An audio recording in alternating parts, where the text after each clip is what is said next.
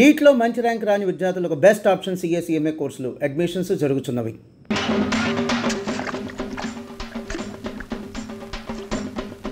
రామయ్య గారు ఏటి బాబు కట్టపడడం జాతర దగ్గరికి వెళ్ళకుండా మీరు వెళ్ళండి బాబు, ఈ పని నేను చూసుకుంటాను. జాతరలు అవి దేవుడికి సంబంధించిన వారం రా, ఇది మన తిండికి సంబంధించిన వారం. అయ్యగారి దగ్గర మాట వస్తుంది. అసలే గుంట నక్కల ఎదురు చూస్తున్నాడు నరసింహంగడు. సూర్లు మనం ఈ జాతరతో కూర్చుంటే సరిపోదురా. ఆ రామయ్య గారు మరీ మితిమీరిపోతున్నాడు. ఆడి సేను తడిసేదాకా మన శాలకి నీళ్లు వదలనంటాడా? ఏట ఉన్న గొడవేగా, అయినా పాలేరుగాడికి అని తలబిరిసేంటారు. ఇంకో విషయం, ఏట జమీందారు జాతర రోజు ఊరు వస్తాడు, పొలం చూస్తానికి వెళ్తాడుగా, అక్కడేమో చూపు చూసుకుంటే పోలే. సమయానికి గుర్తు చేసేవరా రాని. ఊరంతా జాతర గొడవలో ఉంటది. ఏదో రకంగా గొడవ పెట్టుకుని వాళ్ళిద్దరిని లేపేయాలి. పదండి.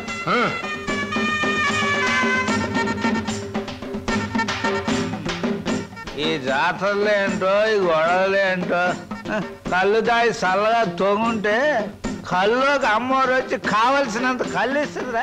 నా మాట ఏనంటరా. రామయ్య గారు అయ్యగారు వస్తున్నారు.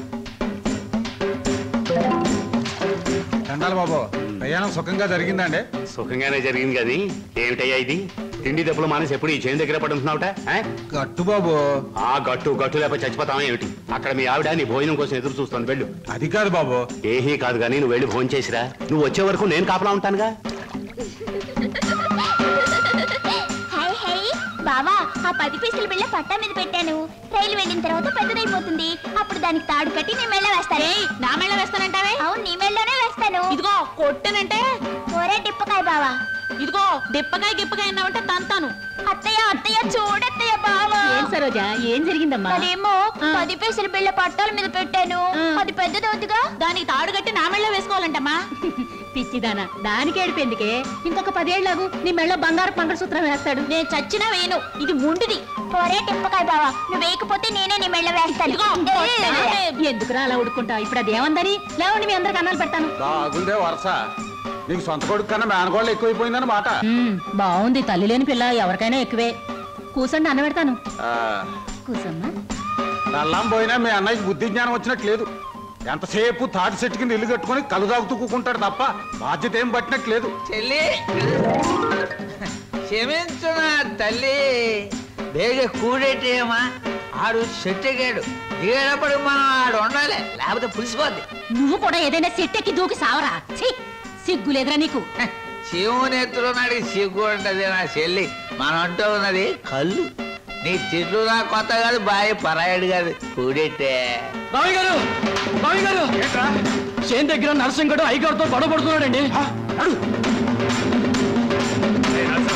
మర్యాదలు మర్చిపోతున్నావు. ఏడు చేత పెట్టి ముందు నీళ్లు మా శాల వదిలిపెట్టి వెళ్ళిపో. కంటే ఎంతసేపు చెప్పినా ముందుకేస్తున్నావు. ఇక్కడ గాలు దొరుకోలేదు, అడుగు ముందుకేసాడంటనా?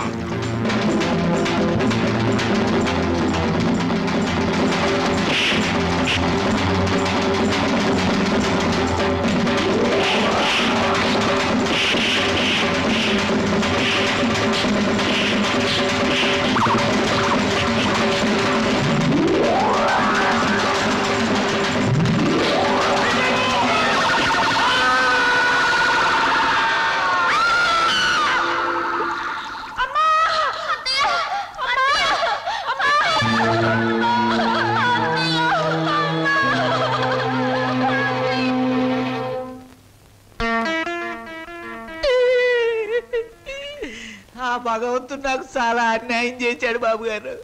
నేను తాగినా తందనాలన్నా పేడల్లా చూసుకునే నా చెల్లి బాబా ఒక్కసారే బలైపోవడం నా దురదృష్టం. బాధపడకు నాగయ్యా. మీ బాబా చెల్లెలు చేసిన త్యాగానికి ఏమిచ్చినా రుణం తీరదు. ఇదిగో ఈ డబ్బు నీ దగ్గర ఉంచు. వద్దు బాబు వద్దు, ఈ డబ్బు నా రేడి చేసుకోదు. ఇది నా చెల్లి తీసుకొస్తుందా, బావని తీసుకొస్తుందా, ఆ పిల్లలకి తల్లిదండ్రులు తీసుకొస్తుందా? వద్దు బాబు వద్దు. కాదనకు నాగయ్య, నా మనశ్శాంతి కోసమైనా తీసుకో. ఇక నుంచి ఆ పిల్లలకి తల్లి అయినా తండ్రి అయినా నువ్వే. వాళ్ళని జాగ్రత్తగా పెంచి పెద్ద చేయి, బాగా చదివించు. వాళ్ళకయ్యే ప్రతి పైసా నేనిస్తాను. నీకెప్పుడు ఏ అవసరమైనా నా దగ్గర రా. కింద ఈ డబ్బుంచు. వాళ్ళ బాధ నాకు దిగిపోతే చాలరా. ఆకి కమతాలు గవతాలు నచ్చవు. అలా కూలిస్తావో కూడెట్టకుండా మాడి చంపుతావో నీ ఇష్టం. నెల నీ కాడికి వచ్చి కూలి డబ్బులు వసూలు చేసుకోవడానికి నాకు వడ్డీ కూడా గిట్టుబాటు కాదు. మొత్తానికి ఇంత రేటుని కట్టేసి నాకు ఇచ్చి వాళ్ళిద్దరిని తోలిపో. అంటే వాళ్ళు పూర్తిగా అమ్మకానికి ఎట్టేసినట్టేనా? నువ్వు సచ్చినంత తొట్టు. అయితే సరే, మొత్తం 4000 అందాక ఉంచు. పొద్దున్నే వచ్చినప్పుడు మిగతాది ఇచ్చి వాళ్ళిద్దరిని ఎట్టుకెళ్ళిపోతాను. ఏమిటి సరోజ? మా నాన్న మీ ఇద్దరిని ఎవరికో అమ్మేస్తున్నాడు. నాకేదో భయంగా ఉంది బావా. అయితే ఇప్పుడు ఎలా? మేము పారిపోతాం చెల్లి, మనం పారిపోదాం. ఎక్కడికి రా పారిపోతాం అంటున్నారా? కాలు బయట పెడితే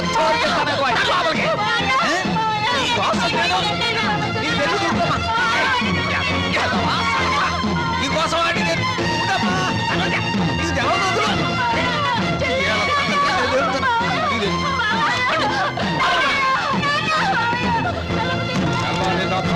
నీళ్ళు లేక ఇక్కడే మాడి సావండి. ఎందుకమ్మా, ఎందుకురా నాన్న ఏడుస్తున్నారు? ఈ మావయ్య నొగ్గేసి వెళ్ళిపోవాలనే పట్నం పంపిస్తున్నాను. చదివించాలి కదా, తప్పుద్దా నాయన? చీను, నువ్వు పట్నం వెళ్ళి ఈఏ ఎఫ్ఏ డిఏ మొత్తం ఇంగ్లీష్ అక్షరాలన్నీ నేర్చేసుకుని పెద్ద కలెక్టర్ అయిపోయి ఈ ఊరు వచ్చి నాతో ఇంగ్లీష్లో మాట్లాడావంటే దాన్ని నీకు ఇచ్చి పెళ్లి చేసేస్తాను. అదండి ఆగరాగు. ప్రతిరోజు నీ చెల్లెలు ఎదురు వచ్చేది కదా, ఇప్పుడు నా కూతురు నీకు ఎదురు పంపిస్తాను. రామ్మ సరోజా, బాబు బండికి ఎదురురా. అది అక్కడి నుంచి రా, నువ్వు బండి తోలరా.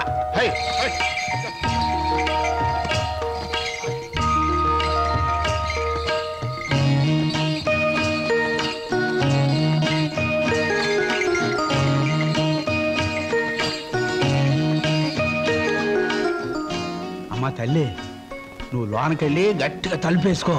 లోన డబ్బు ఉంది, నేను కలుపాకెళ్ళి వస్తాను. వచ్చేటప్పుడు నీకు చక్రాలు జంతికలు తెచ్చి పెడతానే.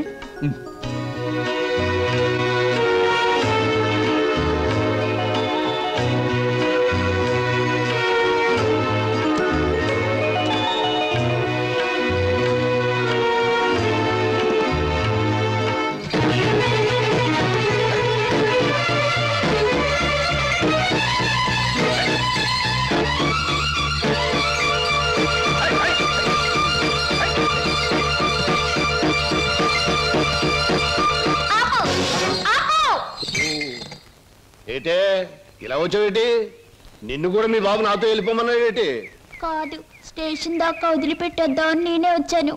ఆహా, అలాగా? అయితే రా మరి, రా వచ్చి బండి.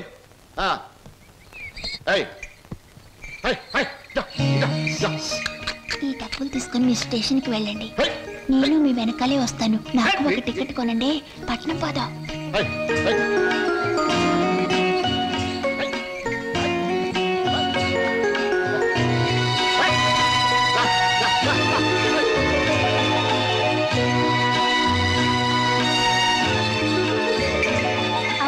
పట్నంలో వాళ్ళు పారిపోతే ఏం చేస్తావు? ఏం చేస్తానా? ఆహా, ఎవరాలది?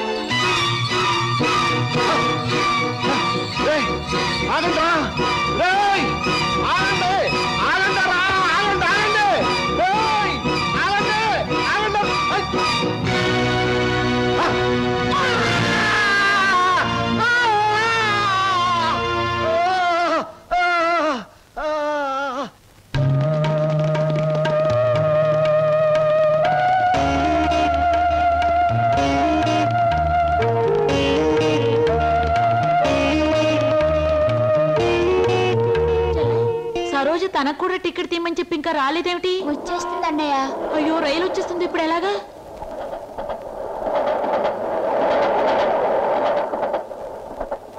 అరే ఎవరా మీరు? ఊరెళ్ళాలండి. టికెట్లు తీసారా? ఇదేమిట్రా, ఇద్దరున్నారు 3 టికెట్లు తీశారు. మా సరోజ రావాలి. ఊరు వెళ్దామని వచ్చి సరోజని కూర్చుంటే రైలు ఎక్కిద్దా? పదం రా, సాయంత్రం రైలు.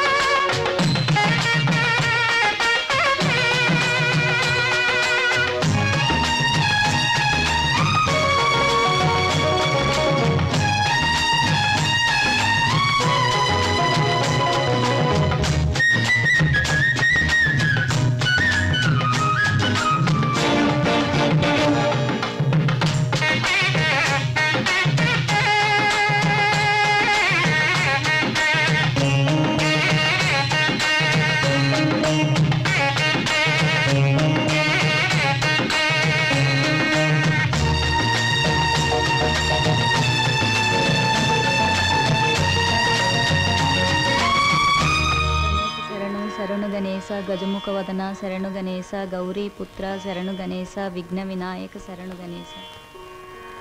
అన్నయ్య అన్నయ్య తీసుకో. అమ్మా దేవుడి పూజ అయిపోయింది, పొట్టపూ చూడమ్మా. నువ్వు గబగబా టిఫిన్ పెట్టావంటే నువ్వు అటు ట్యూషన్ కి, నేను ఇటు పేపర్ వేయడానికి వెళ్ళిపోవచ్చు.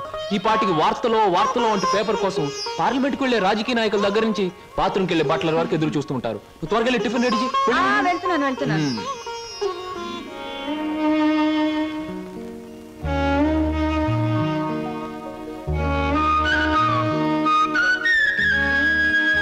చెల్లాయ్, మన కోసం సరోజు ఒంటరిగా ఆగిపోయింది. ప్రాణానికి తెగించి మనల్ని రక్షించింది. ఎక్కడుందో ఏమైందో ఎన్నిసార్లు ప్రయత్నించినా కనీసం జాడు కూడా తెలియలేదు. అసలు ఉందో లేదో. అన్నయ్య తప్పకుండా ఎక్కడో ఉండే ఉంటుంది. ఏదో ఒక రోజు మనకు కనిపించి తీరుతుంది. అర్జెంటే నన్ను వదలవే, కడుపులో గందరగోళంగా ఉంది. ఇదిగో వెళ్ళొచ్చిన తర్వాత నీ ప్రశ్నలన్నిటికీ తీరిక సమాధానం చెప్తాను. నేను మర్చిపోతానండి. నాకు సమాధానం చెప్పిన తర్వాత మీరేమైనా చేసుకోండి.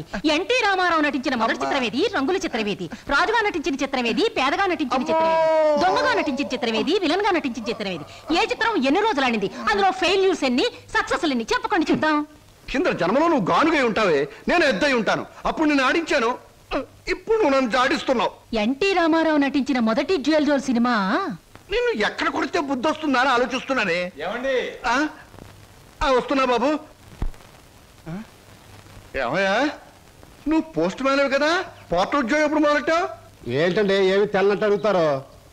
మీ ఆవిడ రాసి పంపించిన పాటలు తిరిగి వచ్చేసాయి. ఆహా, అయితే ఈ నెల కూడా పొయ్యిలోకి పుల్లలు కొనక్కర్లేదన్నమాట. మీ ఆవిడ గారి చేత పాటలు రాయటం అన్నా మానిపించండి. లేకపోతే ఆవిడ గారి కోసం కొత్త వారపత్రిక పెట్టండి. లేకపోతే దేశంలో తెల్లకైతే కరువు వచ్చి పడిపోద్దని. మరి ఎవరండి వచ్చింది? అమ్మో, ఏమిటండి ఇవన్నీ నీ రచనలే. వీటి తాకిడికి ఈ ప్రపంచం అంతా తట్టుకోలేకపోతుంది. కొన్నాళ్ళకి ఊరంతా ఖాళీ చేసి పోయేటట్టున్నారు. ఊరు అంటే జ్ఞాపకం వచ్చింది. 1952లో సొంత ఊరు అనే సినిమా వచ్చింది కదా. ఎన్ని సెంటర్స్ లో 50 రోజులు ఆడింది. ఆ చిత్రంలో హీరో ఎవరు, హీరోయిన్ ఎవరు, డైరెక్టర్ ఎవరు? కింద జనంలో నువ్వు పిడకై ఉంటావే, నేను పోయే ఉంటాను. అప్పుడు నిన్ను కాల్చాను, ఇప్పుడు నన్ను కాల్చు తింటున్నావు. ఏంటండి? ఇటు కాదు, ఇటు పోతాను. మళ్ళీ ఏమిటో. ఏమిటి పిన్ని, ఏమిటి గొడవ? లేదురా, ఈ మధ్య ఎవరికి సినిమా పరిజ్ఞానమే ఉండటం లేదు. అదే నాకు చాలా బాధగా ఉంది. ఇదిగో లోపలికి వెళ్ళటానికి వీల్లేదు. ఇక్కడే పడి ఉంటానే. నాగయ్య గారు హీరోగా ఉన్నప్పుడు మా అమ్మ, రామారావు గారు హీరోగా ఉన్నప్పుడు మా అమ్మ ఎన్నో తెలుగు చలనచిత్ర పాఠికగా రాశారు. నేను ఇప్పుడు ఒకటి అలాంటిదే రాద్దాం అనుకుంటున్నాను. ఎవరు పట్టించుకోవటం లేదురా. పిన్ని, నువ్వు ఎవరిని ఏం అడగకూడదు. అడిగితే నీకు తెలిసిన విషయాలు వాళ్ళు ముందే తెలుసుకొని నీకంటే ముందే వాళ్ళు బుక్ రాసేస్తారు. అందుకని నీలోనే ఉంచుకో. నీకు ఒకటి తెలుసా, నీ బుక్ కవర్ పేజ్ బొమ్మ బాపు గారి చేత వేస్తున్నాను. ఫ్రంట్ పేజ్ ఏమిటో తెలుసా? ఏమిటి? రమ్ పమ్. చాలా బాగుందిరా. బ్యాక్ పేజ్ మీద సుత్తి కూడా వేయించు, రాంగ్ ముదిరిపోతుంది. మీరు ఊరుకోండి. నా బాబే, నువ్వు ఒక్కడవేరా నన్ను అర్థం చేసుకున్న వాడివి. ఇంకెప్పుడు ఎవరిని ఏమి అడగను, మిమ్మల్ని తప్ప. ఒరే, అంతా బాగానే మేనేజ్ చేసావురా, కానీ నన్ను మాత్రం బతికించలేకపోయావు.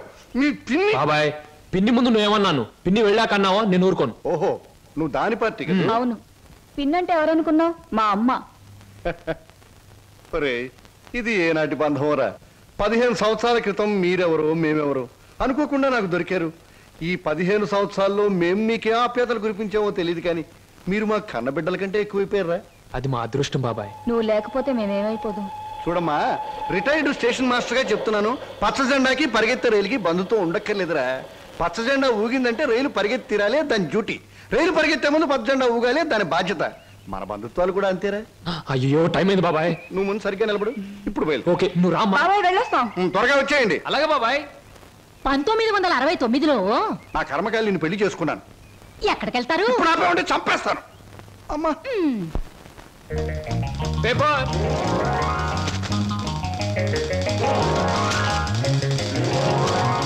పంతులు గారు, పేపరు. అమ్మయ్యా. Paper boy. నన్నే? అవును, నిన్నే. నా పేరు పేపర్ బాయ్ కాదండి, వీర వెంకట విజయ శ్రీనివాస్ వరప్రసాద్. పూర్తిగా పిలవలేని కొంతమంది బద్దకస్తులు శ్రీనివాస్ అంటారు. ముచ్చటగా ముద్దుగా పిలవాలనుకున్న వారు సీను అంటారు. సుబ్బమ్మ గారు. నా పేరు సుబ్బమ్మ కాదు, లలిత. ఓహో, మరి మిమ్మల్ని ముద్దుగా విని పిలుస్తారు లల్లి అనా? పిల్లి అని. నీకెందుకు? పేరు లలితంగా ఉంది, పర్సనాలిటీ లలిత లావణ్యంగా ఉంది. ఏమిటి వెటకారంగా ఉందా? అసలు పేపర్ని అలా రాయిస్తున్నట్టు విసడం ఏమిటి? చేతికి వచ్చుగా. ఇవ్వచ్చు అనుకోండి, ప్రతి వాళ్ళ చేతికి ఇస్తూ పోతే కొంతమందికి వాళ్ళ ఉదయం పేపర్ రేపు సాయంత్రానికి, రేపు సాయంత్రం పేపర్ ఎల్లుండిది అని అందుతుంది. అందుకని కొన్ని విసరాలి, కొన్ని ఎగరేయాలి, కొన్ని చేతికి ఇవ్వాలి. నేను ఎంత గట్టిగా విసిరినా పడే వాళ్ళ చేతిలో అది పువ్వులా పడటం మన టాలెంట్. చాలండి, మీరు వెళ్ళొచ్చు. చూడండి, ఆ పేపర్లో పేజ్ నంబర్ 4 కాలం నంబర్ 3లో ఆడవాళ్ళకు పనికొచ్చే ఉద్యోగాల ప్రకటన ఉంది. నేను ఉద్యోగం కోసం ప్రయత్నిస్తున్నట్టు ఇతనికి ఎలా తెలుసు? ఏమేం మరదలా, ఆ పేపరు నీకు ముందే తెలుసా? ఏంటే రోడ్డు మీద పరాయివాడితో పరాసుకెళ్ళటే చెప్పా. పరాయివాడు కాదు, అతను నా బాయ్ ఫ్రెండ్. ఏటే బాయ్ ఫ్రెండా? చెట్టంత బావగారిని, నీ ఎక్కకు మొగుణ్ణి, నేనుండగా ఆడేవాడే బాయ్ ఫ్రెండ్. బాయ్ ఫ్రెండ్ అయినా, మ్యాన్ ఫ్రెండ్ అయినా, ఫ్రెండ్ ఫ్రెండ్ అయినా అని నేనే. ఇదిగో, రోజు రోజుకి నువ్వు హద్దు మీరుతున్నావు, జాగ్రత్త. ఆహా, నన్ను జాగ్రత్త అన్నది గొప్పదాని అయిపోయావా? చూడవే, నీ చెల్లెలు నన్నే పట్టుపట్లాడించేస్తుంది. మంచి గొడ్డుకో దెబ్బ, మంచి మనిషికో మాట అన్నారు.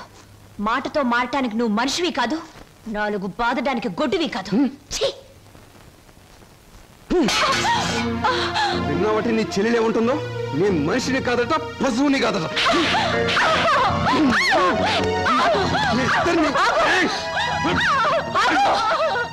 అక్కడ ఎందుకలా కొడుతున్నావు? ముద్దుల మరదలు కొడితే నలిగిపోద్దని.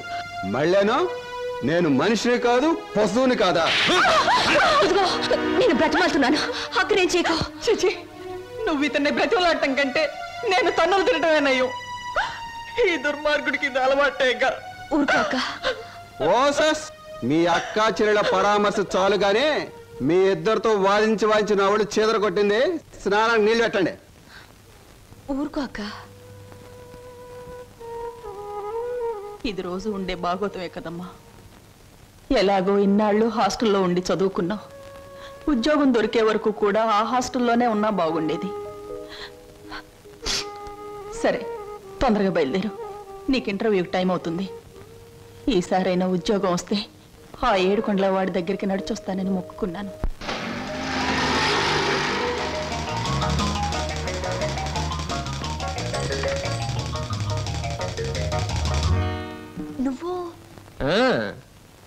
నువ్వు పేపర్ బాయ్ కదూ, మరి ఆటో?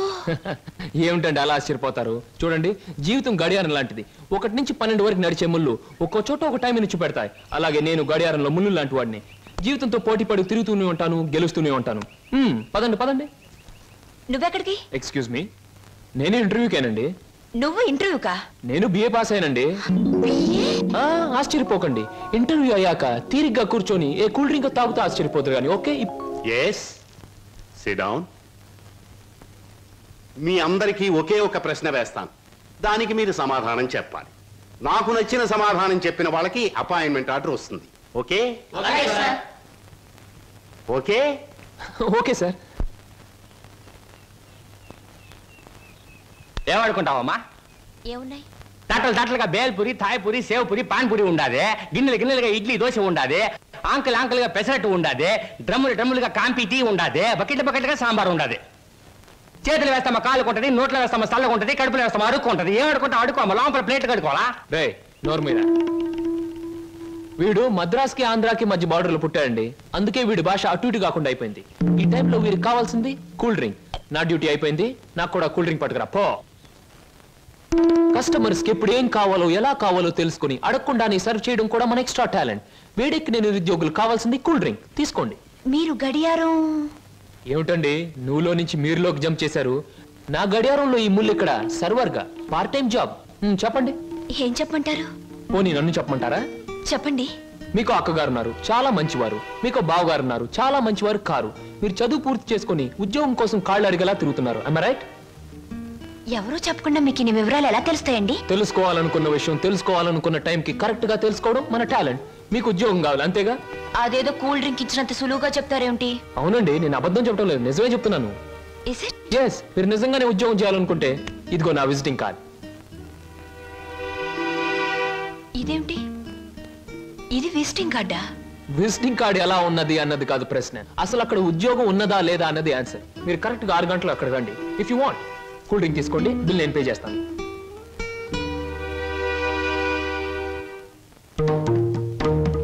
నమస్తే. నమస్కారం. ముందు నా సేవకులకు నమస్కరించిన తరువాతే దేవుడికి నమస్కరిస్తా.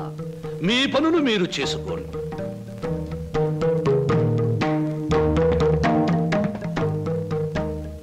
పరమేశ్వరా, నా ఈ 5 నక్షత్రాల హోటల్లో తింటున్నారు, తాగుతున్నారు, తిరుగుతూ ఉన్నారు, ఈతలు కొడుతున్నారు, గెంతుతూ ఉన్నారు.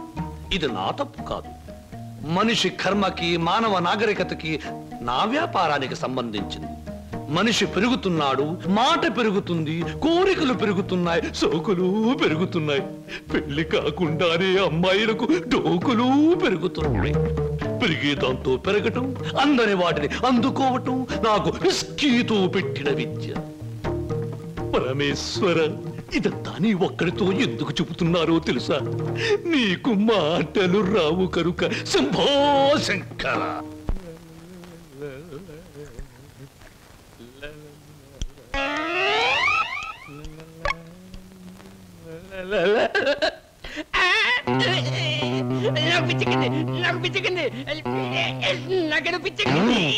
Good morning sir. ఏమిట్రా తల పిక్కుంటున్నావు? పేలుగాని పట్టాయా లేక దేంగని పట్టి? లేదు సార్, గ్లాస్ లో పోసిన విస్కీ మాయమైపోతుంది సార్. ఏదైనా మందు పిచ్చి పట్టిన దయ్యం ఎవరికీ కనిపించకుండా రహస్యంగా తాగేస్తున్నామోనని నాకు అనుమానంగా ఉంది సార్. దెయ్యం మందు నువ్వే తాగేస్తున్నావేమో? అయ్యో బాబోయ్, నేను తాగలేదు సార్. మా అమ్మాయి తోట మా నాన్న మీద. ఆగు ఆగు ఆగు, నా కళ్ళ ముందు పోయి చూస్తా.